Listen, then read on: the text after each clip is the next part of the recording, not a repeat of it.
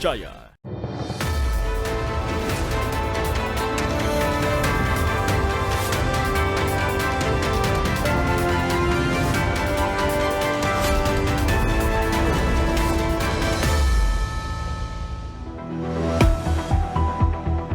Menko Bidang Hukum, HAM, Imigrasi, dan Pemasyarakatan Yusril Iza Mahendra menyebut Indonesia berpotensi jadi sasaran operasi seperti Venezuela karena Amerika Serikat tengah mengincar sumber energi dan mineral berharga.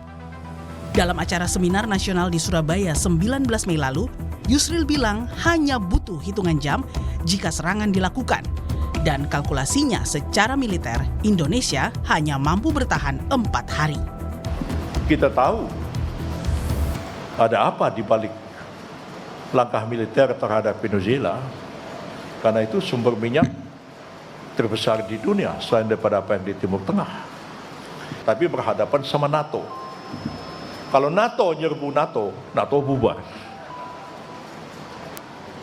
Target selain Greenland negara mana? Ini yang dikejar. Kita dalam kondisi terus terang tidak siap perang. Kalau kita perang, paling kita mampu perang 4 hari. Setelah itu kita kehabisan amunisi, surrender.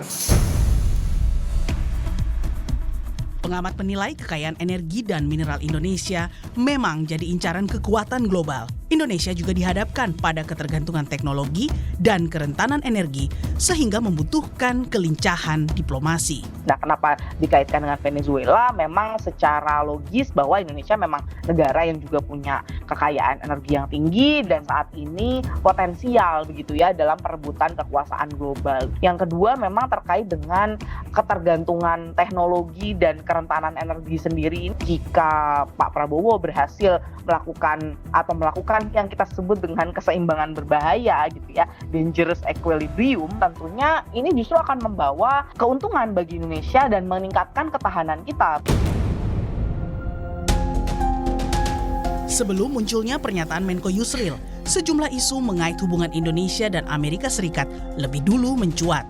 Dalam rapat dengan Komisi 1 DPR 19 Mei lalu, Menhan Syafri Samsudin menyatakan Presiden Prabowo menerima tawaran dari Menteri Perang Amerika Serikat Pete Hegseth untuk menjadikan Bandara Kertajati di Sumedang sebagai pusat pemeliharaan dan perbaikan pesawat angkut berat C-130 Hercules se-Asia.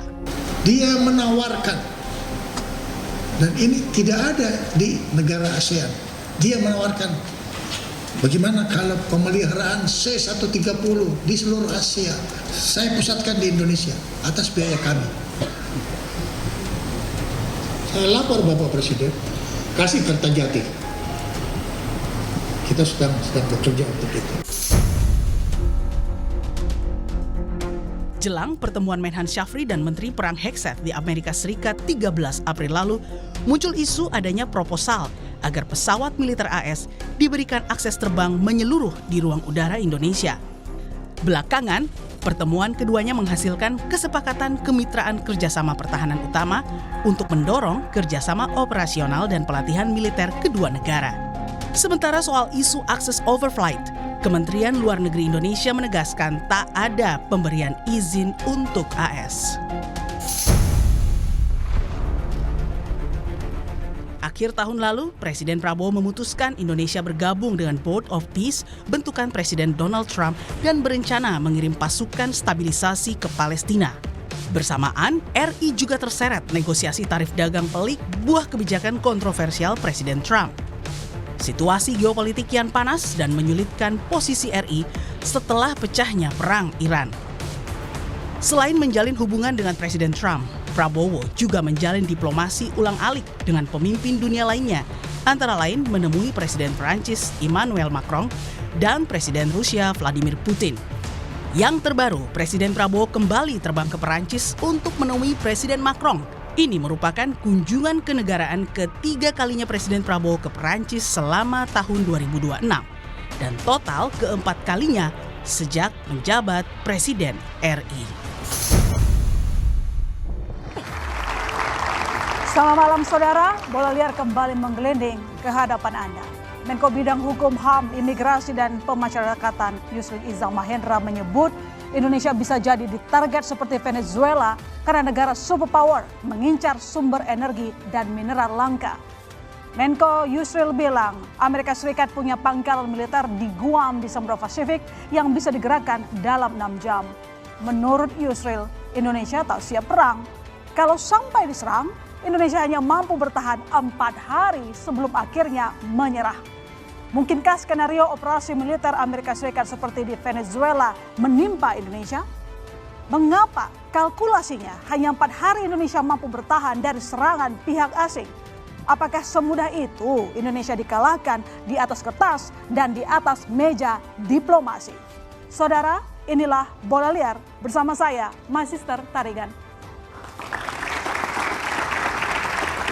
Topik malam ini kita bahas dengan sejumlah narasumber yang sudah hadir di studio. Saya menyapa Yosi Susilo, wartawan harian Kompas. Malam Mas Yosi.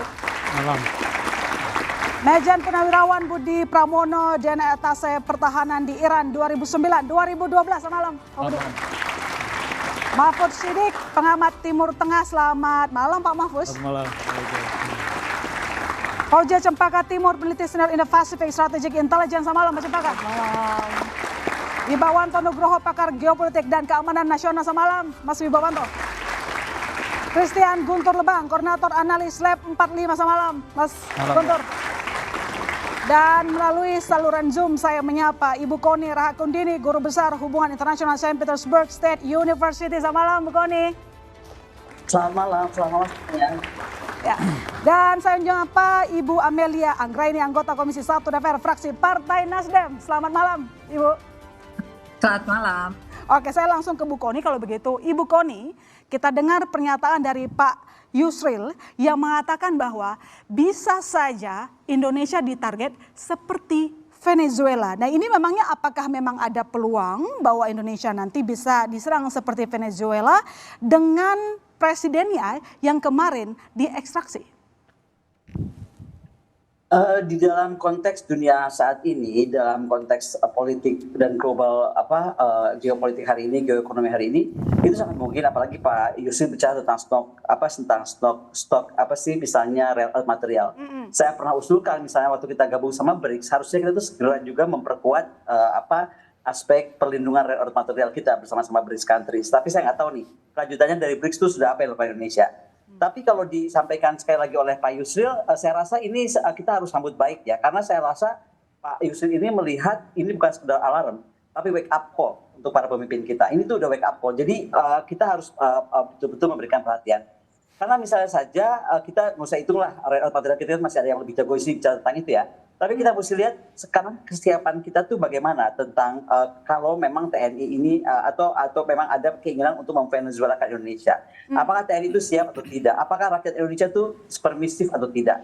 Catat ya, rakyat itu masalah penting gitu. Makanya kedekatan pemerintah dan rakyat itu menjadi sangat penting untuk menjaga negara. Beda kan perlakuan Venezuela terhadap dan juga perlakuan Iran misalnya. Nah, itu juga menjadi perhatian. Tapi kalau kita lihat dari aspek pertahanan misalnya, kita bolehlah pamer apa saja yang kita sudah bisa beli ya dengan perkembangan yang sudah demikian masif di procurement untuk angkatan bersenjata kita. Tapi kita mesti ingat stok amunisi dan logistik kita itu masih sangat terbatas dan itu akan menjadi isu besar ya kan. Kemudian alutsista kita itu masih banyak yang heavy maintenance. Jadi itu akan jadi isu besar kalau sampai terjadi sesuatu ya kan. Dan yang paling gila lagi adalah walaupun anggaran pertahanan terus naik dan akan terus naik mungkin, tapi 70% anggaran itu untuk personil. Dan ini artinya menjadi bahaya buat kita sendiri kalau kita bicara tentang apa futuristic things yang akan kita hadapi ke depan. Yang keduanya juga adalah apa yang dibeli ya. Kalau buat saya tadi makanya sebelum kita on air saya bicara sama Mbak Amel sebagai Komisi 1. Saya tuh berharap sekarang tuh kita jangan cuma bangga kita punya kapal induk lah, mini atau apapun. Tapi kita tuh mesti lihat kelemahan Indonesia tuh apa. Early warning system itu lemah. Kita tuh masih terfragmentasi dalam beberapa hal. Misalnya maritime domain awareness. Karena sekarang kita punya Malaka. Malaka itu kita bisa dihormuskan gara-gara Malaka. Nah, karena kita lihat ya, buku putih pertahanan Amerika itu sudah berubah. 2026 target dia tuh mengontrol Silence of Communications dunia. Nah, kita punya Silence of Communication yang paling penting. Kita punya AKI 1, kita punya AKI 2, punya AKI 3. Jadi early warning system sangat penting, maritime domain awareness sangat penting. Bagaimana kita tuh operasi intelijen kita, integrasi intelijen kita. Operasi satu hal ya, tapi integrasi intelijen itu jadi penting. Ini intelijen kan mata kita nih. Apakah itu bisa jadi atau enggak? Dan sekali lagi intelijen kita banyak banget ya. Saya lihat bagus lah semuanya. Tapi apakah data itu terintegrasi? Apakah mampu kita mengintegrasikan data? Itu kayaknya menurut saya nih, saya melihat dari sini, ada saya melihat bagaimana Rusia bekerja dengan sistem intelijennya.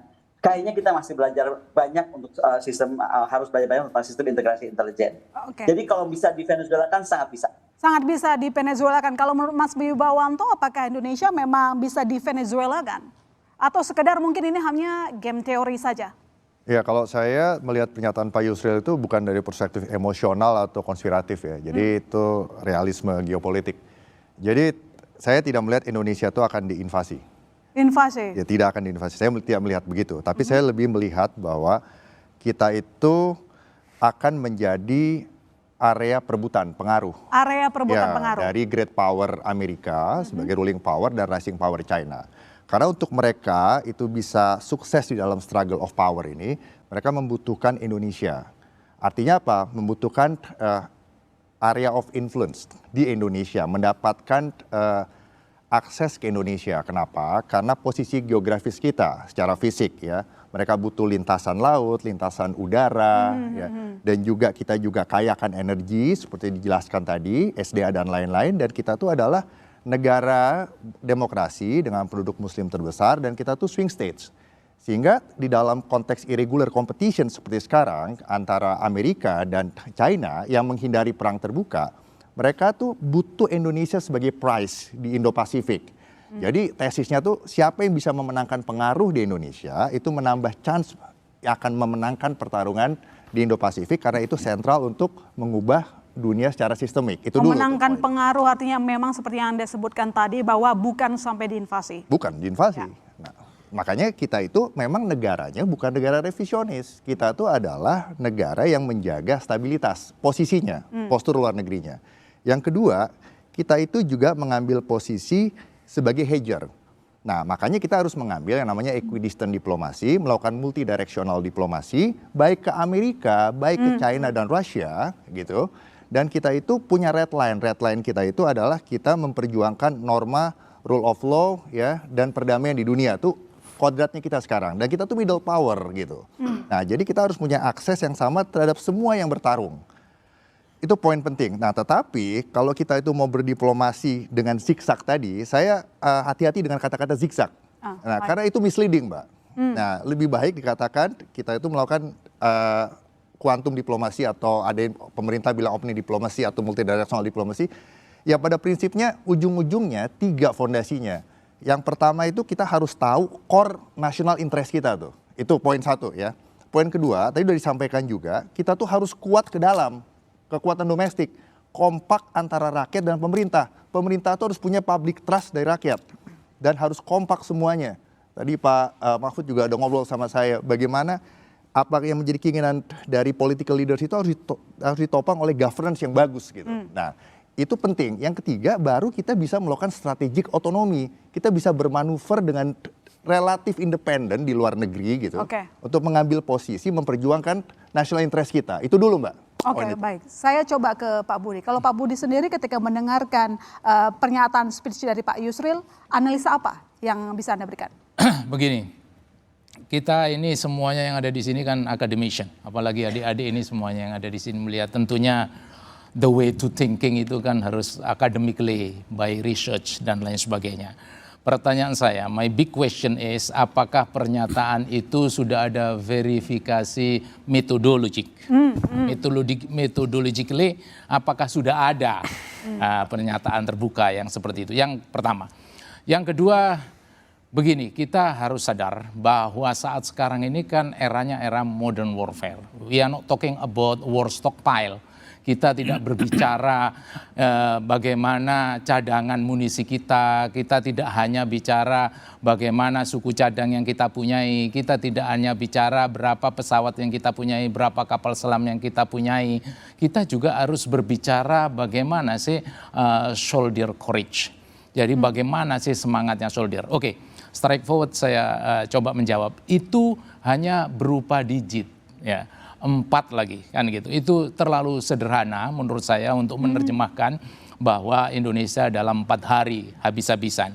Kita kan harus sadar bahwa kita consist of more than 17,000 island inhabitant, lebih dari 17.000 pulau yang dihuni maupun tidak dihuni. Nah, kita juga akan ada lesson learned dari Iran, meskipun different countries has different treatment. Kita tidak bisa sama-samakan, jadi setiap negara pasti punya treatment yang berbeda-beda. Tapi kan lesson learned membuktikan seberapa kali kalimat mengatakan bahwa Iran akan jadi zaman batu, Iran akan dijadikan dalam berapa minggu, berapa bulan, dan lain sebagainya. Proven, not proven. Nah, ini kalau dibandingkan dengan Iran, Iran ini homogen. Ya, memang di sana ada mosaic defense, kita juga ada Sisan Kamrata. Nah, kembali lagi ke modern warfare, itu mungkin bisa terjadi kalau kita bicara ini high intensity. Ya. Mungkin itu bisa terjadi kalau itu adalah berbicara tadi bagaimana cadangan, munisi, dan lain sebagainya, bisa terjadi karena high intensity. Tapi kalau misalnya in term of Indonesia, the most archipelagic country in this planet, Indonesia yang negara kepulauan seperti ini, kita harus tanyakan. Kita punya special terminology, Mbak, dalam militer. That's what we call it, Cumemu and Karla. Jadi menurut Pak Budi, ini kan kenapa keluar dari pejabat politik senior di pemerintahan Prabowo Subianto? Apakah menurut Bapak ini merupakan sesuatu yang realistis atau justru merupakan sebuah excuse karena Indonesia semakin dekat ke Amerika Serikat? Ya, ini menurut saya bisa dua-duanya. Tapi kalau menurut saya ini adalah sesuatu yang itu tadi saya kembalikan lagi metodologi. Kalau kita mengeluarkan statement yang hubungannya nasional, tentunya metodologinya apa yang dipakai untuk mengatakan seperti itu. Kalau kita bicara tentang Indonesia, kan kita harus ditanyakan, dia ini mau menyerang dari arah mana? Cuacanya seperti apa? Cumemu Karla tadi yang saya bilang. Medannya seperti apa? Medannya dia menyerang dari pegunungan, ataukah dia menyerang dari laut, apakah dia menyerang dari dirgantara, dari udara. Nah, kemudian musuh yang kita hadapi ini seperti apa? Kemudian Karla, karakteristik yang lain itu termasuk yang tadi disampaikan pembicara sebelumnya, kita adalah negara yang non-blok. Dari sisi mana kita bisa diserang? Kita juga bukan preemptive strike, kan? Kita adalah negara yang defense. Jadi menurut saya apa yang disampaikan oleh Bapak Prabowo dengan bebas aktif 2.0, ya, that's on the right track actually. Apa artinya? Kita memang hedging baik ke Rusia. Kenapa ke Rusia? Kita memang perlu keseimbangan geopolitik. Kenapa kita ke Amerika? Karena ke Amerika kita perlu perspektif of keamanan and industri. Kenapa kita ke Middle East in the perspective of energy? Kenapa kita juga selain itu kita juga ke China in the perspective of ekonomi. Jadi ke Rusia, ke Amerika, ke China, ke Middle East sekalipun. Ini ada special purpose, di mana special purpose ini adalah perpanjangan dari bebas aktif. Nah, nanti saya lanjutkan kepada Pak Budi. Sekarang saya coba ke Bu Amelia. Bu Amelia, pertanyaannya sama. Pernyataan bahwa bisa saja kita diserang seperti Venezuela dan bertahannya 4 hari datang dari pejabat senior di pemerintahan Pak Presiden Prabowo Subianto. Apa sih latarnya Anda dari Komisi 1? Saya sependapat dengan para narasumber sebelumnya ya, bahwa saya kira narasi bertahan selama 4 hari itu harus dilihat secara hati-hati dan tidak boleh dipahami secara mentah ya. Jadi kemungkinan angka seperti itu biasanya lahir dari simulasi tertentu, misalkan terkait dengan kemampuan logistik, amunisi, atau kesiapan tempur dalam skenario perang konvensional skala besar misalnya ya. Tetapi dalam perang modern tidak sesederhana itu gitu ya. Ketahanan sebuah negara itu tidak hanya dihitung dari jumlah hari perang terbuka ya.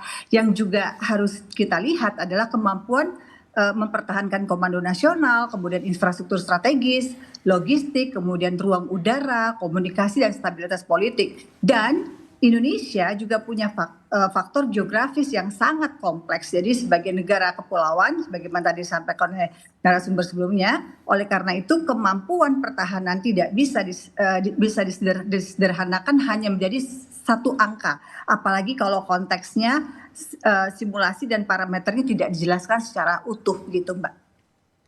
Oke, baik. Coba saya ke Mas Guntur. Mas Guntur, ini ketika Pak Yusril mengatakan bahwa Indonesia ini justru ikut-ikutan negara jiran mengecam, tidak ikut-ikutan ya, berbeda dengan sejumlah negara lain, kita tuh nggak ikut-ikutan ketika melakukan mengecam serangan militer Amerika Serikat ke Venezuela. Apakah ini merupakan cara diplomasi ke Amerika Serikat atau kelemahan posisi diplomatiknya Indonesia? Sebenarnya melihat hubungan Indonesia dengan Amerika ini kan apalagi dalam beberapa, mungkin 6 bulan terakhir ya, sebenarnya kan semakin lama terlihat semakin dekat ya. Pertama mungkin dari kita join Board of Peace, terus kita diajak menjadi wakil komandan ISF, meskipun sampai sekarang belum jelas, tanda tangan ART deal, MDCP kemarin, di luar itu kita ada partnership juga dengan Jepang dan Australia gitu, yang mana kalau saya geser perspektifnya sebagai misalnya pesaing Amerika, Tiongkok gitu, kok Indonesia semakin dekat dengan negara-negara yang dianggap mengelilingi Cina gitu kan. Jadi menurut saya ini juga sangat tidak terprediksi sih pernyataan Pak Yusril ini. Ketika kita secara geopolitik menunjukkan sinyal-sinyal kita lebih dekat dengan Amerika, meskipun dibilang kita melakukan hedging ya, karena kita juga ke Moskow, kita ikut BRIC misalnya. Tapi kemudian menggunakan contoh Venezuela dan Greenland, saya rasa ada semacam ketidaksinkronan di dalam pemerintah menjalankan foreign policy-nya. Dan ini nggak pertama kali. Kita ingat beberapa bulan lalu, meskipun konteksnya bercanda, Pak Menteri Keuangan Purbaya pernah bilang, kayaknya asik juga ya kalau kita pajakin Malaka. Nggak lama kemudian, Menlu Sugiono meluruskan bahwa kita upholding UNCLOS, kita tidak mungkin melakukan itu dan sebagainya. Jadi buat saya ketika presiden yang sangat aktif melakukan diplomasi, berkunjung ke sana kemari, seharusnya yang di bawahnya pun memiliki sensitivitas untuk tidak sembarangan mengeluarkan statement. Buat saya, kalaupun ada tadi disebut misalnya ada war game di balik ini, ada simulasi yang dilakukan oleh satuan di TNI, kayaknya nggak pas ini disampaikan bahkan di forum yang terbuka gitu. Untuk forum tertutupnya saya mempertanyakan, ini forum terbuka bisa diakses oleh semua orang YouTube-nya gitu. Jadi sepertinya perlu dikalibrasi lagi sebenarnya cara komunikasi pemerintah, karena tentu setiap pemerintah boleh mempertimbangkan ancaman yang dihadapi, mempersiapkan worst case scenario, apakah kapan teman bisa dilawan dan sebagainya, tapi itu disampaikan ke publik itu kan masalah lain. Jadi sebenarnya isunya bukan sekedar ini kita menghadapi lawan yang nyata atau tidak, tapi bagaimana keselarasan antara cara pemerintah berdiplomasi dalam hal ini presiden dengan bawahan-bawahan ya menteri-menterinya mengeluarkan statement di publik. Baik, ini yang jadi pertanyaan kita bersama adalah ketika Menko Yusril mengatakan kita cuma bisa bertahan 4 hari, lalu bagaimana kira-kira kalkulasi perang Republik Indonesia jika seumpama terjadi serangan oleh Amerika Serikat? Nanti kita bahas lebih lengkap, saudara, tetap bersama kami di Bola Liar.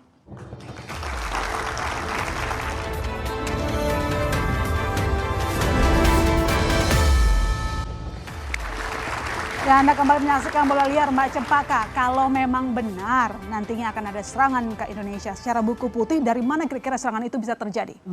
Jadi menurut buku National Defense Strategy tahun 2026 serta beberapa sumber lain yang terbuka tentunya, menyatakan sebenarnya ada sekitar 5 pangkalan militer Amerika Serikat yang berada di sekitar Indonesia, begitu yang dalam jangka cakupannya Indonesia begitu ya. Kita mungkin bahas sedikit terkait dengan Guam, di mana yang disampaikan secara nyata oleh Pak Menko Yusril. Dalam konteks ini memang Guam ini dimiliki oleh Amerika Serikat begitu ya. Dan dalam konteks ini Guam ini memang personelnya paling besar. Jumlahnya sekitar 10.000 personel di Guam sendiri, dan di Guam sendiri ini ada Air Force Base dan juga Naval Base. Dan memang dalam konteks ini jarak antara Indonesia dan Guam, artinya NTT misalnya jaraknya sekitar 3.200 km. Dan memang itu reachable begitu ya, mungkin saja secara cakupan. Namun yang terdekat kedua tentu kita bisa lihat di Filipina. Di Filipina ini ada sekitar 9 lokasi, Mbak. Di antaranya di Luzon dan Bataan dengan beberapa pulau lain begitu ya. Jumlahnya juga cukup besar di Pulau Luzon dan Pulau Bataan serta beberapa pulau lainnya. Jumlah ini sekitar 2.500-an begitu ya, dengan more or less yang juga berotasi setiap beberapa bulan sekali. Di sisi lain juga ada yang sangat dekat juga dengan NTT misalnya, dalam konteksnya Darwin yang dimiliki oleh Australia. Tapi kita harus lihat bahwa Guam milik Amerika Serikat dan Filipina, dan di sisi lain ada milik Australia. Di sini jaraknya sekitar 700 sampai 800 km, dan dia juga punya personel sekitar 2.000 personel, dan tentu saja more or less begitu ya data tersebut, karena datanya tidak mungkin fix begitu karena dia melakukan rotasi setidaknya di Darwin selama 6 bulan sekali, Mbak Ilona. Dan kalau kita pernah dengar ada latihan militer yang dilakukan Super Garuda Shield dengan Indonesia, pasukan yang dikirimkan biasanya berangkat dari Darwin, Mbak Ilona. Di sisi lain juga ada Singapura yang jaraknya sangat dekat dengan Kepulauan Riau di Paya Lebar, di daerah Paya Lebar, dan di sini sebenarnya personelnya sangat tidak terlalu banyak, hanya sekitar 200 personel, more or less gitu, kurang lebih. Dan yang paling sering sebenarnya didiskusikan beberapa pekan terakhir begitu terkait dengan Diego Garcia yang melibatkan tentu saja pada saat konteks Iran. Ya, kalau memang jadi diserang, apa targetnya, kemudian metodenya apa? Kalau dalam metode tentu kita tadi bilang melihat dari jawaban dari Pak Budi misalnya gitu ya. Kita punya pulau yang sangat luas Mbak Ilona, dan pulau 17.000 ini tentu penguasaan secara fisik, secara operasional yang sifatnya taktis ini sangat tidak mungkin dilakukan dalam waktu yang cepat. Seperti dalam konteks Venezuela misalnya. Secara geografis saja kita sudah memiliki dalam konteks ini perbedaan yang signifikan begitu ya, luas wilayah dalam itu. Kita bicara tentang ALKI misalnya, ALKI Indonesia itu sangat kompleks Mbak. Jadi pun kita misalnya tadi bicara ada naval base di sini, tidak akan sangat cepat untuk bisa sampai di Indonesia. Jadi kesulitan ya untuk penyerang melakukan serangan. Kalau kita bicara tentang high intensity konflik, serangan yang sifatnya direct, serangan dekapitasi misalnya sifatnya, yang kita lihat konteksnya Venezuela misalnya yang sifatnya dekapitasi dan cepat begitu, operasi cepat, ini tentu akan tidak mungkin, kemungkinannya rendah. Tapi apakah itu bisa? Tapi memang dalam konteks ini yang disampaikan oleh Pak Menko Yusril mungkin ada data yang saya tidak miliki begitu ya Mbak ya. Tapi dalam konteks ini kemungkinan beban logistik yang besar terhadap Indonesia ini cukup mungkin terjadi begitu. Ketika terjadi serangan yang sifatnya high intensity konflik. Oke baik, terima kasih Mbak Cempaka. Silakan kembali ke tempat. Saya coba ke Bu Kony. Bu Kony, kalau kita lihat dari postur pertahanan kita, kesiapan aset maupun personel TNI, apakah kita siap menghadapi serangan militer asing? Kalau lihat dari aset kembali ya Mbak, saya tuh lihatnya kita itu jangan terlalu percaya juga kepada besi. Karena saya kok lebih khawatir perang sekarang ini yang tadi disampaikan ya, perang sekarang tuh udah nggak akan terlalu militeristik. Maksudnya Indonesia tuh nggak akan lebih ke arah militer, menurut saya nih. Akan lebihnya kepada non-militer. Nah, itu yang menurut saya akan jadi bahaya, walaupun sekarang Presiden Prabowo sangat yakin kita itu punya kemampuan sisaan kamrata yang sangat bagus. Saya tuh kenapa hadir di malam ini, kok saya tuh sangat concern sebenarnya kepada tadi, satu masalah besar adalah masalah intelijen. Yang menurut saya sangat penting dan sangat menjadi mata kita yang sangat kurang. Tadi saya sudah sebutkan kalau dari aspek TNI, apa saja yang belum kita punya untuk surveillance. Tetapi yang lebih penting lagi, karena saya tinggal di sini, saya bisa melihat lebih dari jauh. Indonesia itu lebih dengan mata elang mungkin ya, karena saya dari jauh. Saya kok khawatir sekali yang dibangga-banggakan Pak Prabowo tentang sisaan kamrata itu nggak terwujud. Kenapa nggak akan terwujud? Rakyat kita tuh nggak bodoh ya Mbak ya. Kita tuh bisa lihat ya, Pak Presiden itu udah berkunjung 49 kali apa 50 kali ini kunjungan ke 28 negara ya, 29 negara. Menghabiskan udah 112-an hari ini, ada yang menghitung ya. Kalau nggak salah BBC juga sempat ngitung. Jumlahnya itu sampai 1 triliun dari biaya yang dikeluarkan. Bisa dibayangkan nggak dalam situasi seperti ini yang katanya kita sisaan kamrata yang ingin rakyat kita itu betul-betul berkonsentrasi, jangan sampai presidennya di Venezuela kan, ya kan? Tapi dengan mengeluarkan uang sebanyak itu untuk kunjungan, berarti kan setiap kunjungan kita 20 miliar satu harinya. Coba deh hitung. Kalau kita kan 20 miliar sehari. Kalau kita hitung 20 miliar sehari ya, itu tuh bisa apa sih uang 20 miliar sehari? 20 miliar sehari itu kalau kita pakai gaji pokok 50.000 PNS itu kejadian. Pembangunan puskesmas tipe C itu bisa terwujud sangat-sangat mudah di daerah-daerah terpencil. Itu kan menjadi masalah kita. Kemudian operasional 1 batalion TNI infanteri itu berapa minggu dari uang segitu. Kemudian di Aceh rekonstruksi setelah bencana mungkin 10-15 rumah korban bencana itu bisa dibangun proper. Apalagi sekolah. Kemarin saya lihat sekolah-sekolah itu masih tenda yang sudah pada berterbangan. Kemudian apalagi di Papua pembangunan 20 rumah guru mungkin, 10 ruangan untuk sekolah dasar mungkin gitu kan. Lalu pelatihan 500 guru. Nah rakyat tuh nggak bodoh Mbak. Sekarang tuh rakyat itu sedang menghitung kenapa presiden pergi melulu. Kenapa sekarang presiden itu perginya mahal banget gitu. Oke, baik saya juga mesti fair. Kita mesti melihat kesuksesan yang dibuat. Kita hedging geopolitik maksimal misalnya dengan NDCP dengan Amerika, kemudian dengan DCA Perancis, Security Pact Australia misalnya, kemudian dialog dengan Rusia, dengan China yang tadi disebutkan. Dan kita juga punya ceritanya walaupun saya nggak sepakat dari awal soal BOP, tapi kita membangun citra global sebagai peace mediator. Nah, tetapi terlepas dari apapun itu, sekali lagi 15 bulan pertama, which is 30% daripada masa pemerintahan, Pak Prabowo itu nggak ada di tempat, nggak ada di sini. Itu yang akan menjadi, nggak ada di Indonesia maksudnya, itu akan menjadi masalah besar karena rakyat merasa ditinggal. Nah, padahal menurut saya, Indonesia itu sekarang nggak harus bertanya kita itu siap atau nggak perang dengan senjata kita, tapi apakah kita cukup kuat mencegah perang terjadi. Nah, yang bisa mencegah itu bukan tentara, bukan polisi, segenap rakyat Indonesia. Nah, jadi yang saya mau underline di sini, tolong hati-hati bersikapnya pemerintah sekarang terhadap rakyat. Karena rakyat kita makin pinter, pemuda-pemuda seperti Tio misalnya saya terus ikutin dari sini, dia makin keras berbicara karena mungkin udah kesel. Tapi sebenarnya kita nggak boleh marah, kita dengarkan apa yang dia keluhkan. Karena ini yang dikhawatirkan. Satu hari negara diperlukan hadir, rakyat diperlukan hadir maksudnya untuk negara-negara, dia mereka akan nggak mau hadir. Ini menurut saya perang terbesar yang sedang akan kita hadapi kalau begini cara berdiplomasi Pak Prabowo. Ya kan? Kemudian dia bilang gini, oh tapi Bu Kony kan ini kan ke Amerika Serikat kita dapat berapa? Dapat 38 miliar dolar ya kalau nggak salah 650 triliun. Kita ke Jepang dapat 401 triliun. Kita Korea Selatan dapat 173 triliun. Ke Cina dapat sekitar 10 miliar dolar ya. Kemudian ke Arab Saudi awal-awal banget ya 437 triliun. Semuanya memang hebat banget di atas paper atau di judul koran. Tapi pertanyaannya, apakah itu hanya di atas terjadi? Apa hanya di atas kertas? Karena menurut saya yang terjadi itu masih di atas kertas karena realisasinya kalau kita lihat PMA kemarin kita mesti ke sana nih larinya ya kan, karena we like it or not we are talking about people nih yang akan menjaga negara kan. Nah jadi ini menunjukkan pertumbuhan PMA kita itu hanya sangat lambat, akhirnya 2 tahun 5 tahun lagi lah baru diplomasi Pak Prabowo yang kesana kemarin ini bakal terwujud. Nah selama ini terus bagaimana persiapan kita? Oke, nanti saya lanjut lagi ke Bu Kony. Coba saya ke Pak Mahfuz untuk meminta tanggapan Anda. Anda sendiri apakah mempunyai pendapat yang sama dengan Bu Kony? Sudah puluhan kali ya Pak Presiden melakukan perjalanan diplomasi. Jadi menurut Anda sudah ada hasilnya atau belum?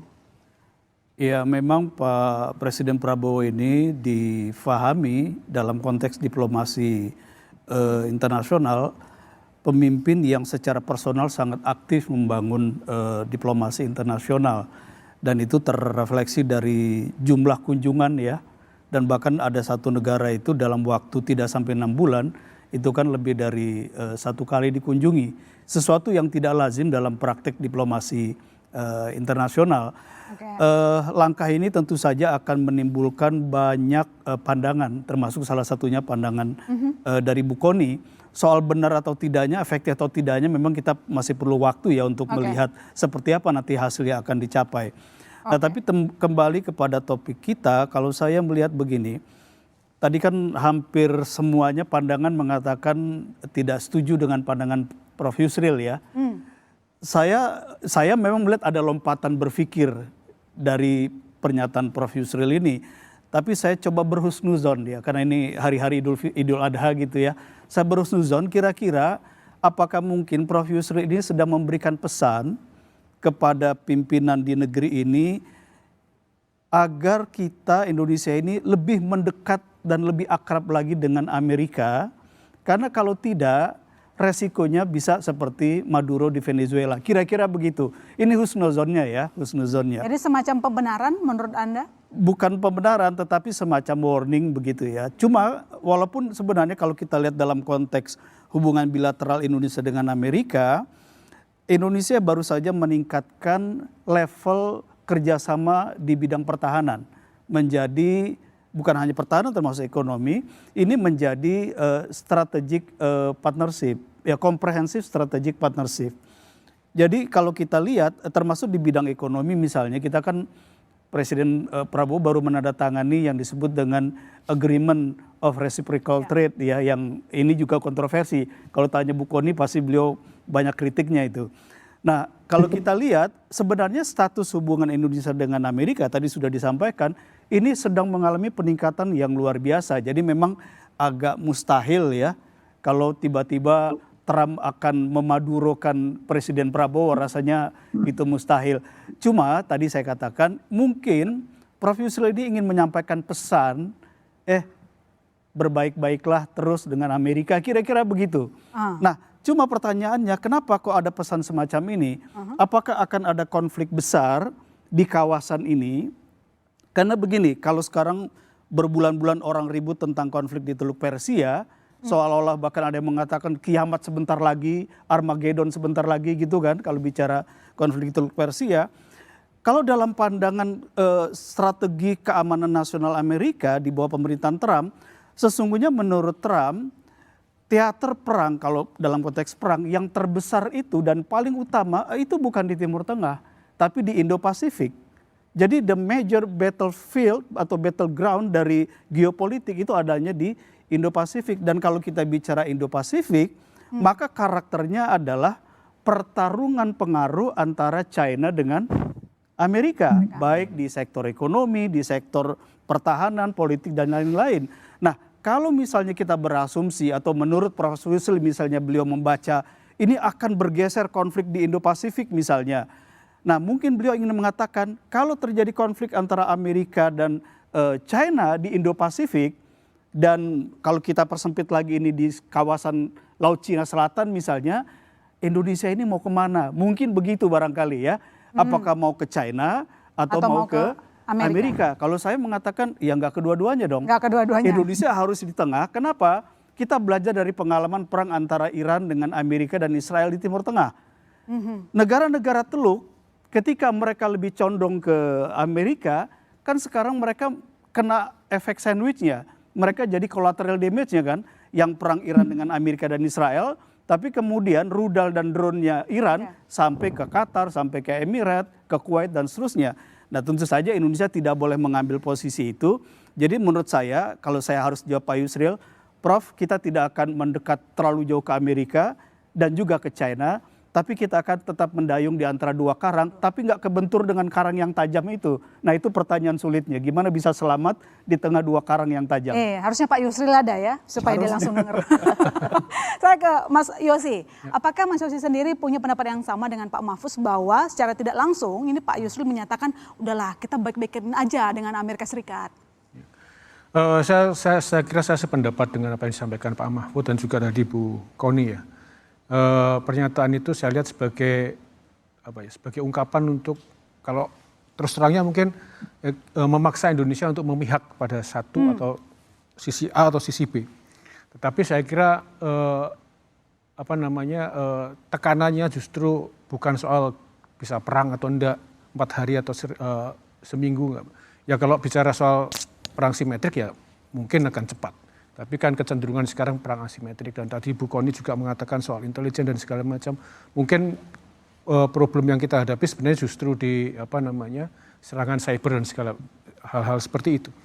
Tetapi kalau saya melihat kecenderungan untuk bahwa Indonesia harus memilih ke A atau B itu memang semakin kuat sekarang. Hanya saja saya melihat bahwa peluang bagi Indonesia untuk bisa berselancar di antara dua pulau atau lebih itu saya melihat masih cukup potensial. Saya melihat cukup kuat. 3 hari yang lalu kebetulan saya ada di UN, ikut meliput sidang debat terbuka di Dewan Keamanan. Keinginan banyak negara untuk kemudian memperkuat lagi multilateralisme itu sangat intensif. Indonesia adalah salah satu pemain utama di situ. Apa yang kemudian saya dengar dari Profesor Yusril, saya melihat ini adalah sebenarnya peluang bagi pemerintah, khususnya bagi Presiden Prabowo untuk lebih memperkuat sisi diplomasi, terutama teknokrat di Kementerian Luar Negeri. Saya kira peran mereka itu sangat signifikan di dunia internasional. Mungkin saat ini agak kurang terlihat dibandingkan dengan era pemerintah sebelumnya. Akan tetapi yang saya amati, yang saya lihat kemarin di Dewan Keamanan, peran mereka sebenarnya cukup signifikan. Ada hal-hal yang selama ini memang kalau dalam hubungan internasional itu kan ada kontinuitas dan perubahan, continuity and change.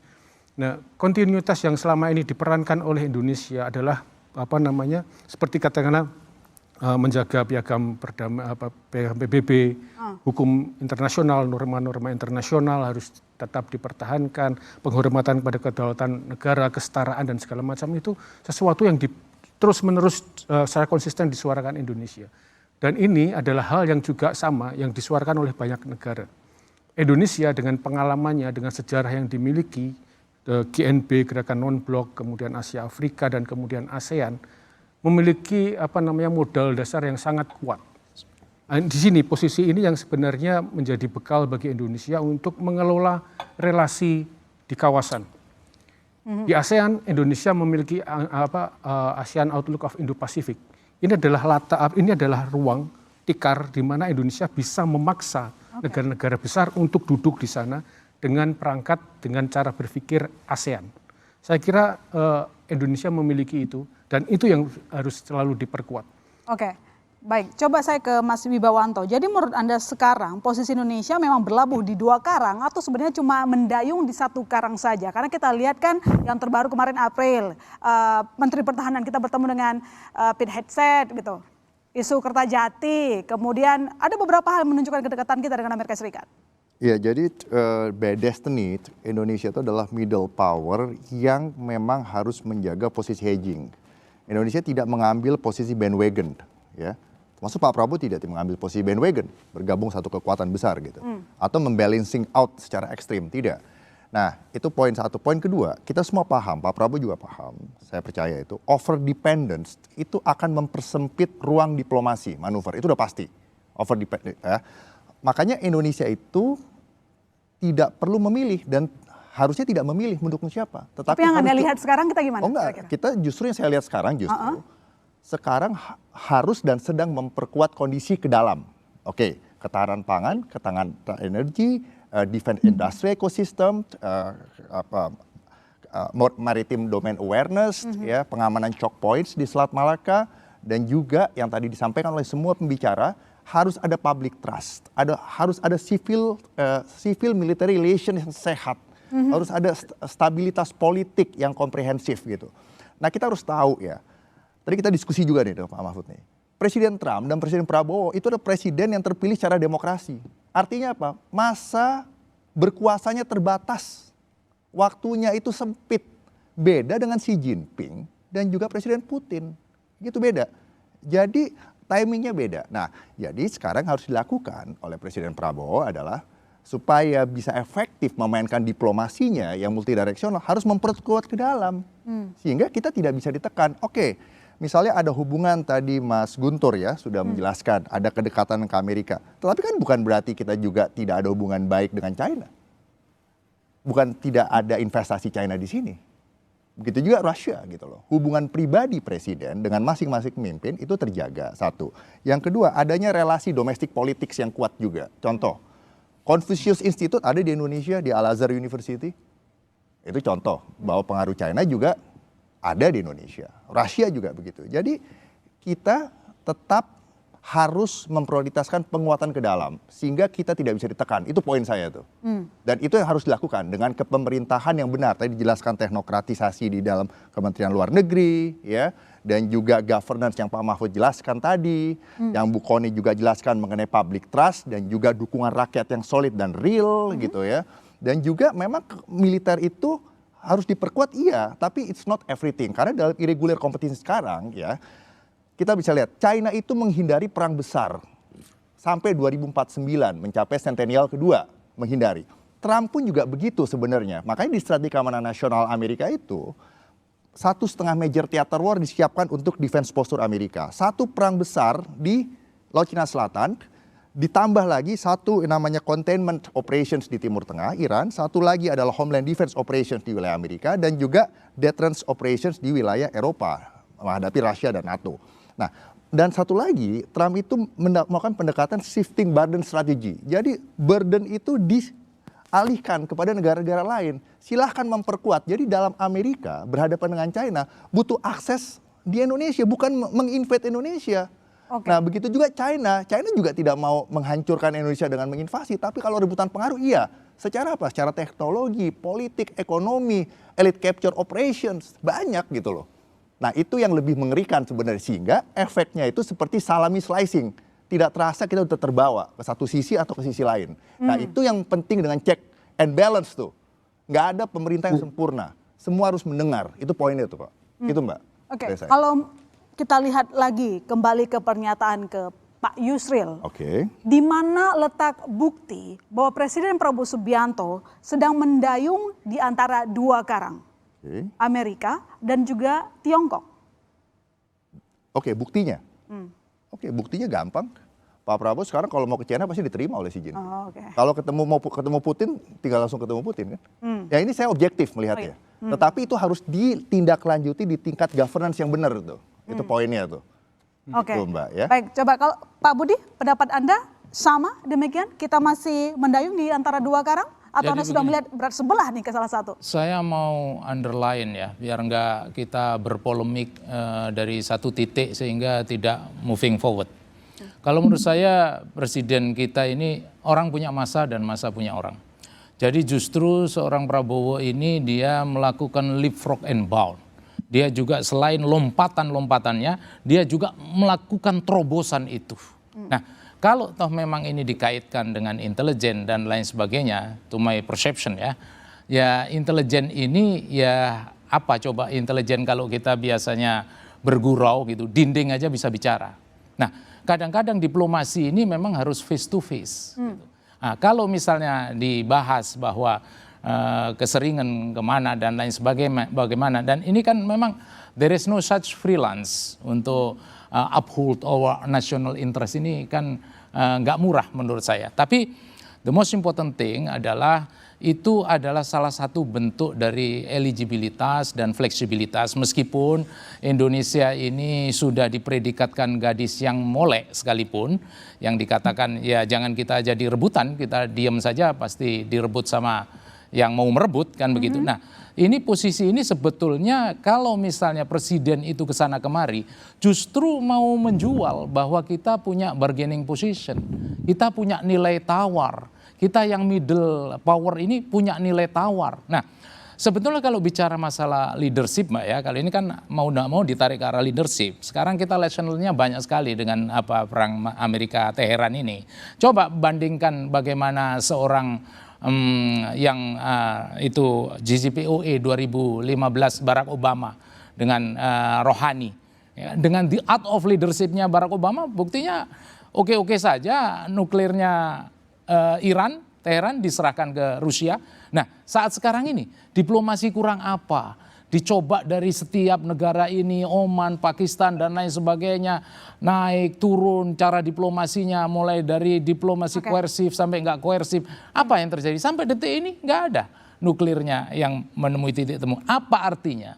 The most important thing in our life, dalam kehidupan kita ini yang terpenting adalah komunikasi. Nah, komunikasi mau tidak mau ya, that's the art of communication. Caranya masing-masing. Ada yang harus face to face, harus benar-benar in detail, harus lewat telepon juga. Pasti nanti akan didebat sama orang zamannya kan kita bisa zaman dari jauh bisa online. Iya memang, but in term of intelligence ada kisi-kisi tertentu yang memang secret, confidential dan harus memang disampaikan dan datang ke negara tersebut. Coba saya ke Bu Kony. Tadi di awal kan sebenarnya terlihat sekali mengkritik bagaimana Presiden Prabowo Subianto melakukan perjalanan diplomasi. Nah saat ini kalau Bu Kony melihatnya apakah pemerintahan ini Presiden Prabowo Subianto berhasil mendayung di dua karang atau Bu Kony sendiri melihat ini sudah berat sebelah? Kita mulai terseret lah istilahnya. Saya mau jawab dulu Pak Budi tadi ya, karena Pak Budi itu sebenarnya kok kayaknya defending banget Pak Prabowo berkunjung ke sana kemarin. Satu ya, mesti diingat, Pak Prabowo itu punya menlu, namanya Sugiono. Dan di dalam kantornya Pak Sugiono itu banyak banget diplomat yang bisa dikirim. Nggak harus semuanya hadir. Kenapa saya bisa ngomong begini? Kita benchmark ke Vietnam ya. Saya tuh tinggal di Rusia, sekarang dari semua negara Asia, paling maju, paling besar, hubungannya paling dekat, paling diuntungkan dari Rusia siapa? Vietnam.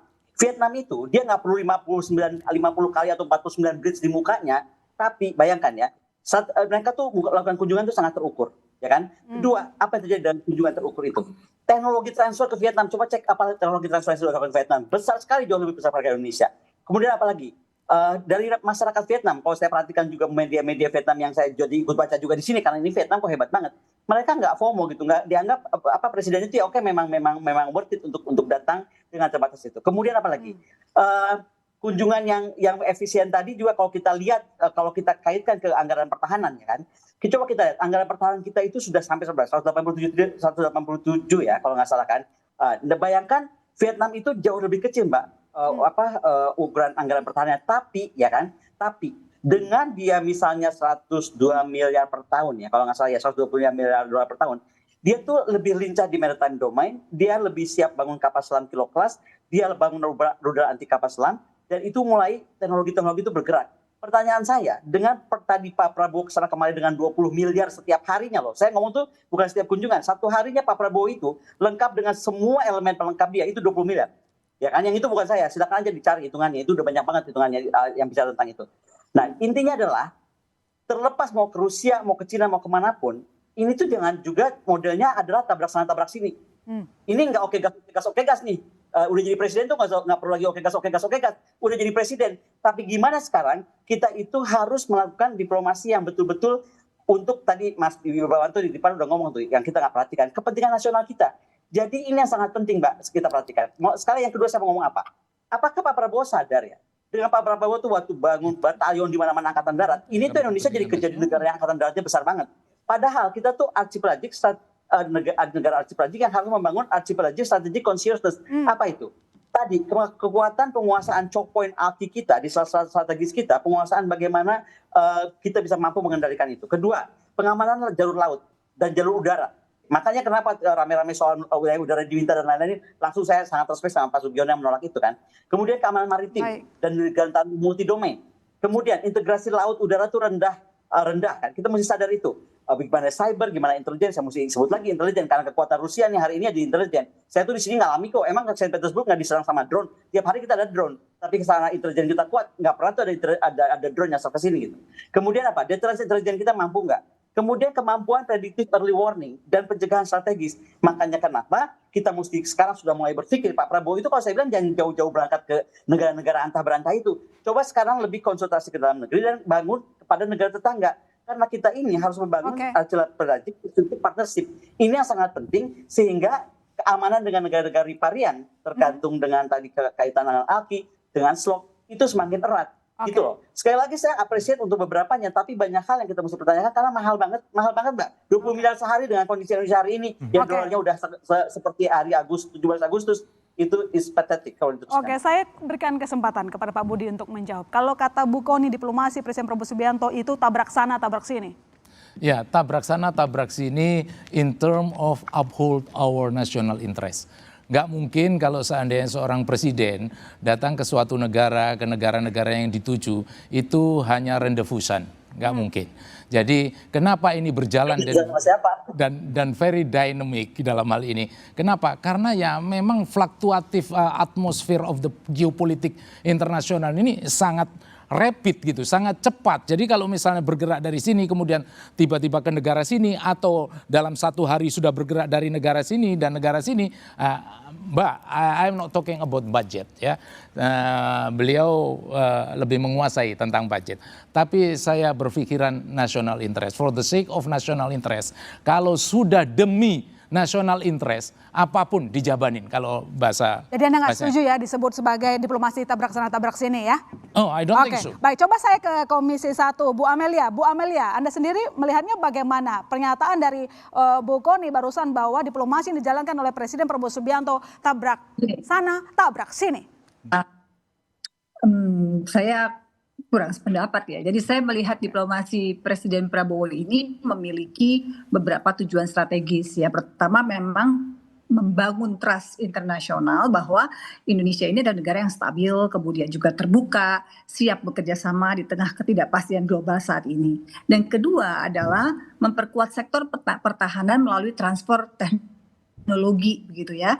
Juga melalui pemberian alutsista, latihan gabungan dan penguatan industri pertahanan nasional. Ketiga, mengamankan kepentingan ekonomi nasional, utamanya investasi strategis begitu.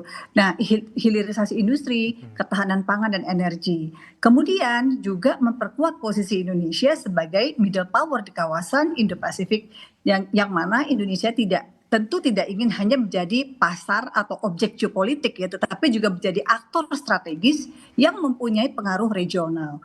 Dan kelima, diplomasi juga bisa membangun tadi deterrence effect. Dalam geopolitik, jaringan diplomasi yang luas adalah bagian dari pertahanan negara karena menunjukkan Indonesia ini memiliki banyak mitra strategis, begitu Mbak. Oke, baik. Ini juga menjadi perhatian bagaimana rencana kerjasama menjadikan Bandara Kertajati menjadi bengkel pesawat C-130 menuai isu Republik Indonesia jadi pangkalan asing. Sebelumnya ada isu Amerika Serikat minta izin akses terbang menyeluruh di ruang udara Republik Indonesia. Kita bahas usai jeda. Tetap bersama kami.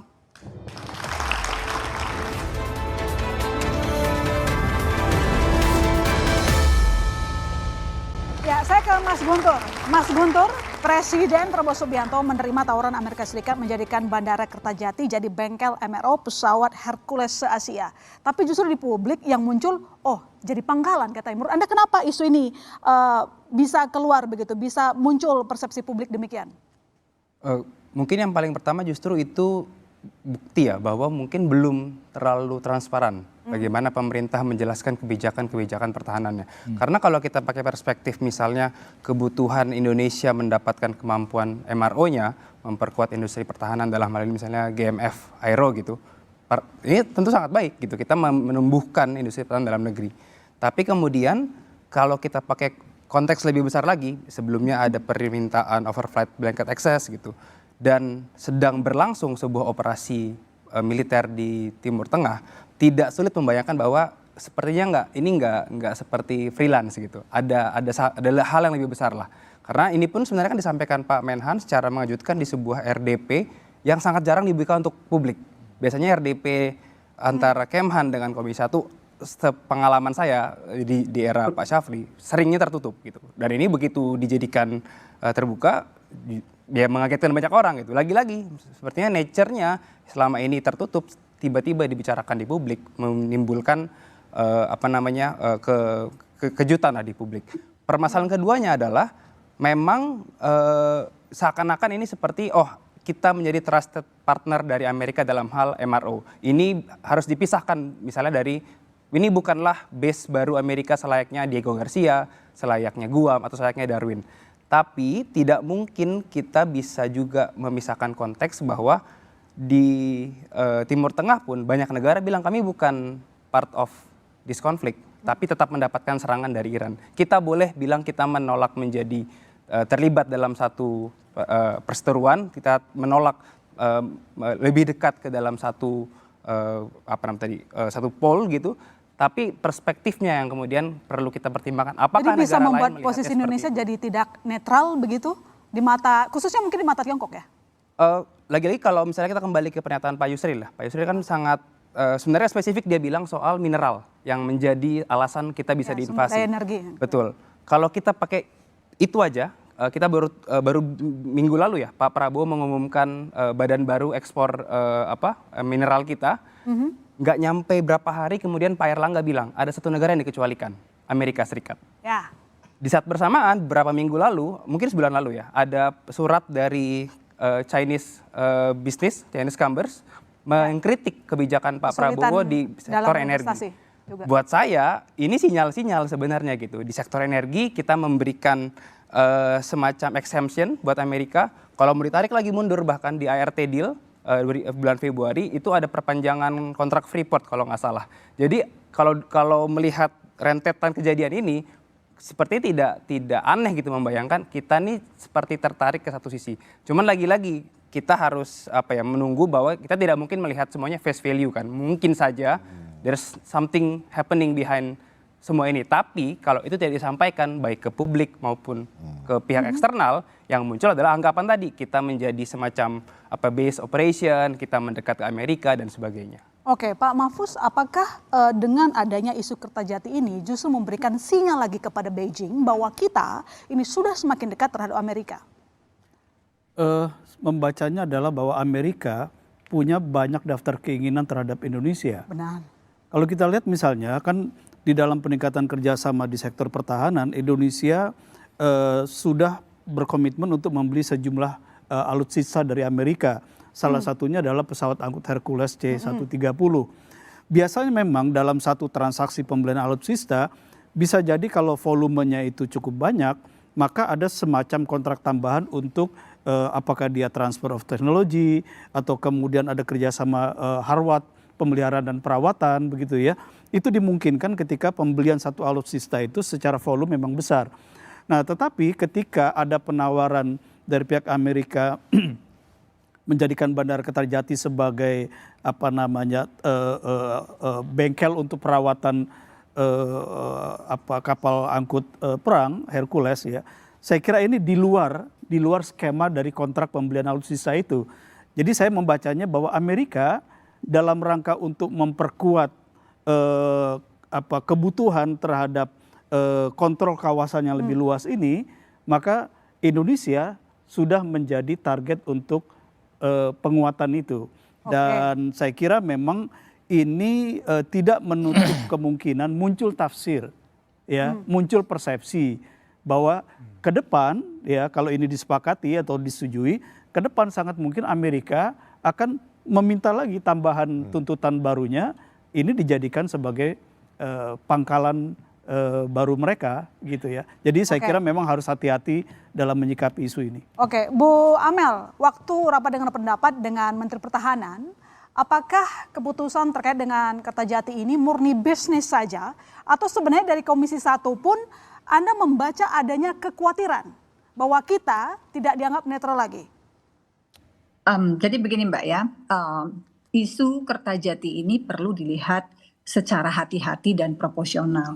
Kalau konteksnya adalah pusat maintenance atau bengkel pesawat C-130, maka menurut hemat saya ini lebih tepat dibaca dari perspektif industri aviasi dan kerjasama pertahanan ya. Jadi bukan langsung diasumsikan sebagai pembukaan pangkalan militer asing. Dan saat ini memang Indonesia membutuhkan fasilitas maintenance, repair, and overhaul atau MRO untuk pesawat angkut militer seperti C-130 agar tidak sepenuhnya bergantung pada fasilitas luar negeri. Dan kalau ini dikelola dengan baik, ini juga bisa memperkuat kemandirian teknis ya, kemudian juga efisiensi logistik serta kesiapan operasional TNI sekaligus membuka potensi ekonomi industri di antara kita.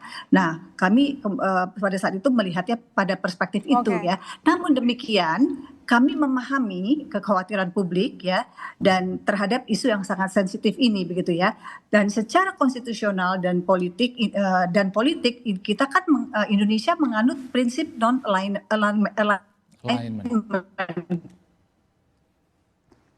Ya, dan sangat berhati-hati kehadiran kekuatan militer asing permanen otomatis berarti adanya keberadaan pangkalan militer asing. Tetapi pemerintah tetap perlu transparan ya, dan DPR dalam hal ini perlu juga menjalankan fungsi pengawasan agar setiap kerjasama pertahanan ini tetap berada dalam koridor kedaulatan dan kepentingan nasional. Bu Amel, tapi ini kan merupakan pesawat militer ya, lalu kemudian bengkel MRO pesawat Hercules se-Asia lagi begitu. Apakah Anda tidak melihat bahwa ini bisa dibaca oleh Beijing, kita ini sudah tidak netral lagi, kita sudah terlalu dekat dengan Amerika?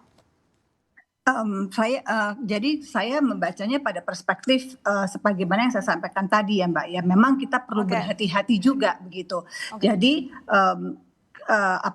isu Kertajati ini jangan sampai juga menjadi di luar konteks yang sesungguhnya ditujukan untuk kerjasama militer saja begitu Mbak. Baik, Mbak Cempaka dan Pak Budi nanti akan memberikan perspektifnya, namun nanti usai jeda tetap bersama kami saudara di Bola Liar.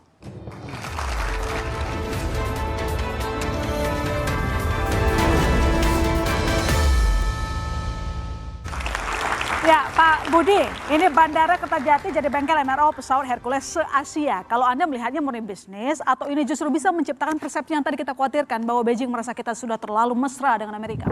Ya Mbak, apapun kata orang ya silakanlah dengan persepsinya masing-masing. Saya mencoba untuk ke belakang lagi tadi yang disampaikan oleh Pak Yusril atau sekarang Kertajati yang sudah disuuzoni seperti itu. Saya melihat ini adalah sesuatu yang kalau in term of civic factum parabellum, bahwa saat damaimu itu adalah saat tahapan perang, is okay saja. Sampai pada titik early warning, is okay saja. Tapi kalau ini dibawa sampai pada posisi panik dan analisis yang kurang proporsional, nah saya agak kurang setuju dalam hal ini. Mas Guntur bilang kecurigaan yang terjadi di publik karena tidak transparannya pemerintah. Nah, itu yang saya mau lanjutkan dari Mas Guntur tadi. Jadi memang perlu transparansi di sana. Dan saat sekarang ini mana kasih tahu saya ada kalimat yang mengatakan bahwa for sure, yakin bahwa ini memang benar-benar pangkalan Amerika yang ada di Kertajati. Show to me, tunjukkan sama saya. Nah, kenapa demikian? Karena ini hanya berupa proposal. Mbak sadari bahwa kita ini hidup dalam taman sari dunia yang ciri daripada globalisasi ini apa sih? Semakin borderless. But in term of intelligence, di sisi intelijen, ya memang suspicious itu adalah our breakfast. Kecurigaan itu adalah our breakfast. So, what should we do? Apa yang harus kita lakukan? Lakukan technically, strategically. Technically-nya tidak ada gerakan-gerakan dia per kasus yang tidak ada izin. Terkontrol ketat. Jadi kita tidak bicara bahwa Amerika kok jangan buat pangkalan di sini untuk menyerang negara. Nggak usah harus Amerika, semua negara nggak dibolehkan. Itu yang untuk meng-uphold our national interest. Nah, sekali lagi Mbak, bahwa ini kalau too much kita berpikiran yang berlebih-lebih, nanti kita tidak bisa bergaul secara internasional. Kenapa demikian? Kita ini big brother Mbak. Di ASEAN ini sudah dinobatkan menjadi big brother of ASEAN. Jadi wajar-wajar saja kalau hal yang sifatnya seperti itu, yang tadi disampaikan dari Komisi 1, in term of ya ini, kalau memang ini bisa dikontrol dengan baik dan menguntungkan kita, why not? Gitu. Tapi kalau ini misalnya memang sampai menjadi dia bebas, kemudian ini adalah part of the precaution of intelligence, awal-awalnya bagaimana orang membentuk jaring intelijen yang akhirnya jadi seperti di Middle East, di mana di situ diletakkan pangkalan. Nah, baru itu kita tidak akan setuju. Kalau menurut Mbak Cempaka, ini masalah transparansi atau kalkulasi? Karena ini kita bicara soal bengkel pesawat militer. Kita harus lihat secara presiden ya Mbak ya, bahwa memang konteks presiden sebelumnya terkait dengan Hercules ini tidak yang pertama di Asia Tenggara. Malaysia sendiri punya, tapi memang levelnya bukan sebesar yang akan didirikan proposal yang didirikan di Kertajati. Yang di Malaysia itu bentuknya sudah berdiri selama 40 tahun. Bentuknya hanya service center. Saat ini yang diproposal adalah bentuknya maintenance center. Begitu. Dalam konteks ini 40 tahun tidak terjadi tiba-tiba Malaysia menjadikan basis. Tadi kita jelaskan peta-peta itu tidak ada cerita Malaysia menjadikan basis militer Amerika Serikat. Meskipun di sana ada Lockheed yang sudah memiliki juga. Begitu, secara presiden memiliki tadi service center, Hercules Service Center di situ. Itu yang pertama. Yang kedua tentu tadi saya setuju dengan yang disampaikan Prof. Budi bahwa dalam konteks ini kita harus memperhatikan tidak hanya terkait transparansi, tetapi juga terkait hukum nasional udara. Seperti apa pengaturannya. Yang kedua tentang pengaturan terkait dengan pesawat asing mana yang harus bisa masuk ke Indonesia. Dalam konteks ini tentu harus sangat detail dan juga sangat mekanik pembicaraannya nanti. Dan tentu harus dalam konteks ini kerjasama antar kementerian, tidak bisa lagi hanya Kementerian Pertahanan atau Kementerian Luar Negeri saja. Tapi juga kementerian dan lembaga lain harus dilibatkan dalam konteks ini. Jadi tidak hanya masyarakat tapi juga kementerian dan lembaga lain. Dan yang ketiga adalah tentu logis jika masyarakat berpikir bahwa ada yang disebut dengan entanglement atau berkelindan begitu ya. Ketika ada satu infrastruktur apalagi yang dibiayai secara penuh oleh Amerika Serikat, ada pemikiran, ada kecurigaan atau kekhawatiran mungkin bahwa ini akan menjadi basis atau pangkalan Amerika Serikat. Tapi di sisi lain ada teori yang disebut dengan deterrence by entanglement yang artinya mematahkan kekhawatiran bahwa jika Amerika Serikat akan menyerang Indonesia. Karena apa? Karena cost yang dibebankan akan terlalu besar jika Amerika Serikat punya infrastruktur yang bisnis sipil di Indonesia. Begitu. Dan kita juga tahu bagaimana China dan Rusia juga memiliki bisnis, dan ini dalam konteks ini Indonesia menciptakan yang disebut dengan deterrence by entanglement. Artinya kita punya efek deterrence yang dicapai dari kerjasama dan diplomasi dengan negara-negara tersebut. Kalau Mas Yosi, apakah melihat memang ada risiko geopolitik ketika Kertajati dijadikan bengkel C-130? Kalau saya melihat kalau jadi bengkel saja sih tidak apa-apa. Bahkan jadi pangkalan pun ya masyarakat tidak. Tidak apa-apa. Yang saya lihat dari pembicaraan kita itu kan bahwa Amerika kemungkinan itu kan ingin memastikan bahwa Indonesia itu ada di dalam genggamannya. Dalam genggaman Amerika. Dan dalam semua tawaran yang disampaikan, permintaan BUC dan segala macam itu kan untuk memastikan bahwa negara-negara di kawasan, terutama di Pasifik itu memang ada di sisi Amerika, mengepung Cina. Kalau saya membacanya dari surat yang disampaikan oleh Kadinnya Cina itu kan sesuatu yang sebenarnya dalam relasi diplomatik itu sangat sesuatu yang tidak biasa. Itu sebenarnya menyatakan rasa tidak nyamannya Cina atas Indonesia saja. Kemudian dia mengambil isu ekonomi. Di sisi lain kan juga aneh bahwa kemudian pada satu sisi Pak Yusril mengungkapkan, oh Indonesia ada kemungkinan diserang dan segala macam akan di Venezuela-kan. Di sisi lain Menteri Perang mengatakan bahwa menawarkan Indonesia menjadi pusat pemeliharaan. Kan ironik tuh, satu sisi Amerika mau nyerang, di sisi lain Amerika menawarkan sesuatu. Dan Amerika juga meminta sesuatu kepada Indonesia untuk lintas langsung ke utara kan sebenarnya. Itu kan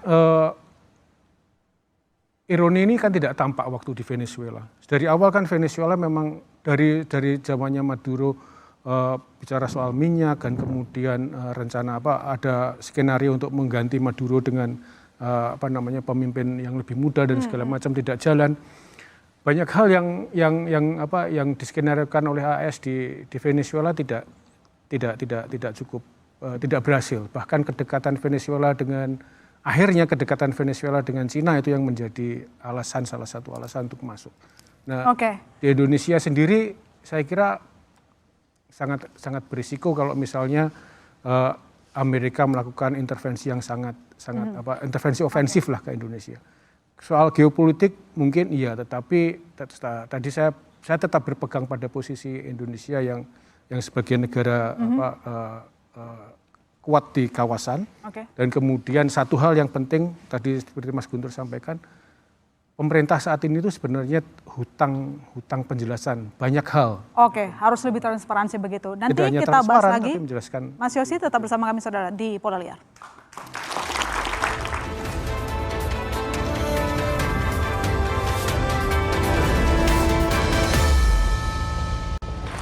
Mas Dibawanto, tolong dijawab singkat, apa risiko geopolitik dengan Bandara Kertajati jadi bengkel pesawat militer? Atau mungkin menurut Anda memang nggak ada risikonya, santai saja? Ya pokoknya semua itu kembali kepada governance. Tadi Pak Budi terangin tuh. Pokoknya kalau kita mau kerjasama dengan dunia, kerjasama dengan negara manapun, yang penting governance-nya. Itu ya poin satu tuh. Semua bisa di-measure secara technical, mechanical dengan disiplin secara government. Nah itu poin satu. Poin kedua, mengenai anti akses. Jadi kita kan ada pendekatan anti akses. Tadi pertanyaan Pak Mahfud tuh menarik tuh. Kalau kapal Amerika dikasih overflight blanket gitu, itu gimana? Dulu pernah ada pengalaman Pervez Musharraf. Pak Hendro Priyono pernah cerita waktu ketemu Pervez Musharraf. Kenapa dikasih pesawat Amerika? Habis gimana? Kalau nggak dikasih juga akan lewat tuh. Nah makanya saya ajak deal aja, saya bisa dapat apa dari situ, kata Pervez Musharraf. Nah jadi kita harus bisa melakukan negosiasi dalam posisi yang realistis seperti itu. Nah yang berikutnya mengenai Kertajati, ya kembali lagi, kita tetap harus terbuka terhadap yang namanya public trust dan informasi yang benar tuh. Nah sehingga semuanya itu bisa mendukung kebijakan pemerintah, itu poinnya. Intelligence tetap berjalan, tetapi public trust yang dibangun melalui komunikasi yang baik dua arah itu harus dijalankan. Baik. Kalau Bu Kony pertanyaannya sama, Bu Kony apa kira-kira risiko geopolitik atau menurut Anda nggak ada sama sekali? Oh sangat ada risikonya, karena saya tinggal di Rusia, ada beberapa kota kita di sini yang sama sekali nggak bisa diakses, karena dia kota industri atau terkait industri. Nah, MRO sampai untuk kasus untuk se-Asia ya, kalau mau dianggap nanti untuk se-Asia, walaupun misalnya pun dipastikan bukan hal militer, kita mesti lihat ya keuntungannya apa. Tadi disebutkan oleh Bu Amel ya, bagaimana nanti kaitan ke teknologi, bagaimana revitalisasi bandara yang sekarang sebenarnya underutilized dan lain-lain. Tapi ada catatan kritis. Catatan kritisnya itu adalah mampu nggak Indonesia itu seperti Rusia. Kita itu ya kota-kota kita yang ditutup di sini itu karena pemerintah itu yakin antara kota, industri, militer, intelijen, infrastruktur dan demografi daerah itu menjadi satu kesatuan. Jadi mesti dijaga. Nah masalahnya adalah sekarang kita punya nggak catatan kritis sebelum itu. Jadi jangan cuma kepengen tapi nggak siap gitu. Pertama ya, menurut saya harus ada safeguard kedaulatan yang ketat. Itu harus dipastikan kita bisa menjaga itu. Kemudian nggak ada akses sama sekali. Ataupun kalau ada akses tercatat. Kayak saya mau ke kota tertentu penghasil uranium, saya harus dapat izin dari negara. Kemudian audit rutin dari DPR. DPR di sini fungsinya mesti sangat aktif karena mesti audit. Dan sekali lagi entry jangan sampai menjadi entry point yang tidak terawasi seperti Morowali misalnya. Ke Mas Guntur, singkat saja, menurut Anda ada risiko atau tidak? Risiko pasti ada karena tadi kalau kita melepaskan Kertajati dari konteksnya, pasti kita lihat itu sebagai kerjasama industri pertahanan biasa. Tapi tadi dimulai dari kita join BOP sampai sekarang, tidak mudah melihat, tidak susah melihat bahwa kita cenderung mendekat ke satu kubu. Di sisi lain, menurut saya tadi push-nya adalah ke arah transparansi saja gitu. Kalau perlu bahkan setelah ini saran saya ya, Bu Amel sarankan setiap Menhan RDP terbuka untuk publik terus gitu loh. Sehingga kita tuh nggak tiba-tiba kaget mendengar oh ada perkembangan baru gitu. Sehingga tadi bisa dijelaskan apa sih yang didapatkan dari special interest kita dengan kita memberikan fasilitas MRO. Bu Amel silakan dijawab singkat saja. Sebetulnya RDP terbuka kemarin itu adalah atas permintaan dari Menhan sendiri begitu, dan kesempatan itu juga buat menjawab apa yang menjadi pertanyaan di publik selama ini, dan kami menyambut baik. Jadi untuk itu kenapa pelaksanaan RDP kemarin dilakukan secara terbuka. Jadi memang antara pemerintah dan DPR. Prinsipnya DPR setuju ya berarti ya? Ya setuju aja Mbak. Sebab begini Mbak, ada beberapa hal kalau kita masalah pertahanan keamanan kan tidak seluruhnya bisa dipublikasikan begitu ya, karena ada isu-isu yang classified begitu yang tidak bisa kita ungkapkan secara terbuka begitu, tetapi juga ada isu-isu yang harus secara transparan kita komunikasikan ke publik begitu. Baik, terima kasih kepada seluruh narasumber yang sudah hadir di studio dan teman-teman mahasiswa. Dengan demikian saudara, saya mahasiswa Tarigan pamit, sampai jumpa minggu depan di Bola Liar.